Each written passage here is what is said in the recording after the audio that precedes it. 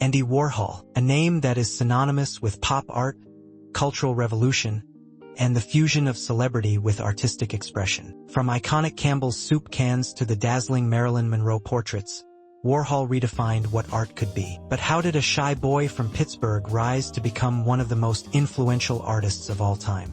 Welcome to Andy Warhol, the man who changed art forever. Andy Warhol was born Andrew Warhol on August 6, 1928, in Pittsburgh, Pennsylvania. Raised by Slovakian immigrant parents, Andy grew up in a working-class neighborhood, far from the glamorous world of art and celebrity that he would later dominate. As a child, he suffered from Sydenham's chorea, a neurological disorder that left him bedridden for months. During this time, he developed a love for drawing, listening to the radio, and collecting celebrity autographs. It was the perfect foundation for the artist he would become. Warhol's artistic talent was evident from a young age, and after high school, he pursued a degree in pictorial design at Carnegie Mellon University. After graduating in 1949, he moved to New York City to chase his dreams. The Big Apple would soon become his canvas, his playground, and his empire. Warhol began his career as a commercial illustrator, working for magazines like Vogue,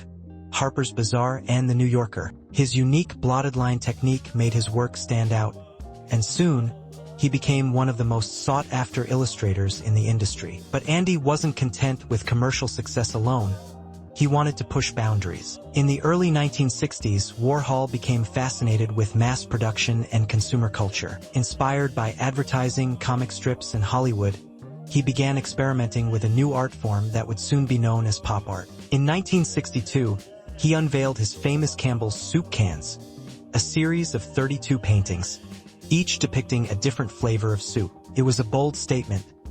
Everyday objects could be art, and art could be for everyone. Warhol's studio, The Factory, became the epicenter of the New York art scene. It wasn't just a place to create, it was a cultural phenomenon. At The Factory, Warhol surrounded himself with an eclectic mix of artists, musicians, actors, and socialites. Names like Edie Sedgwick, Lou Reed, and Nico became part of Warhol's world. The Factory was a creative playground, but it was also a factory in the literal sense. Warhol adopted silkscreening techniques that allowed him to mass-produce his artwork, blurring the lines between commercialism and fine art. One of Warhol's greatest obsessions was celebrity culture. He once said, "In the future, everyone will be world-famous for 15 minutes." Through his portraits of Marilyn Monroe, Elvis Presley, and Elizabeth Taylor, Warhol immortalized the icons of his time. He didn't just paint them, he transformed them into art objects, emphasizing their status as products of mass media. Warhol wasn't limited to painting. He ventured into film,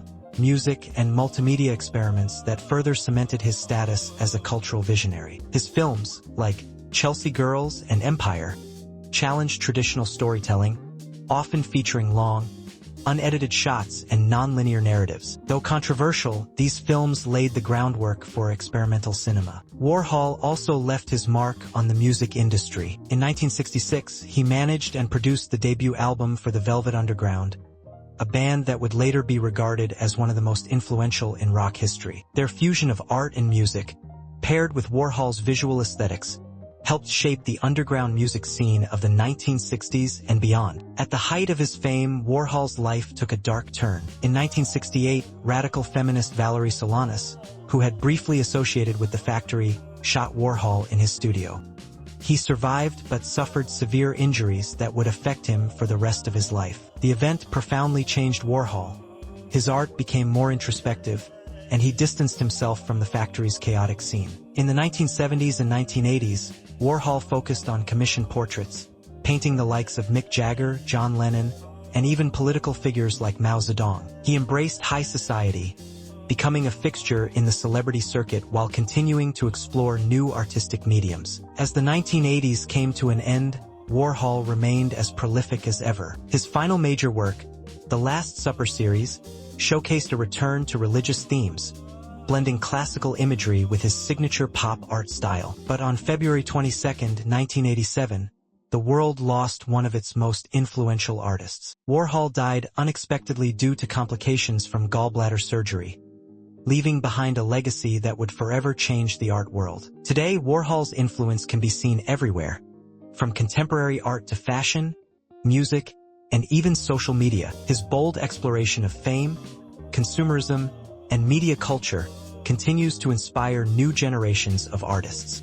He blurred the lines between art and commerce, between the ordinary and the extraordinary. In doing so, he changed art forever. Thank you for joining us on this journey through the life of Andy Warhol. If you enjoyed this video, don't forget to like, comment, and subscribe for more deep dives into the world of art and culture. Until next time, keep creating and keep questioning the world around you.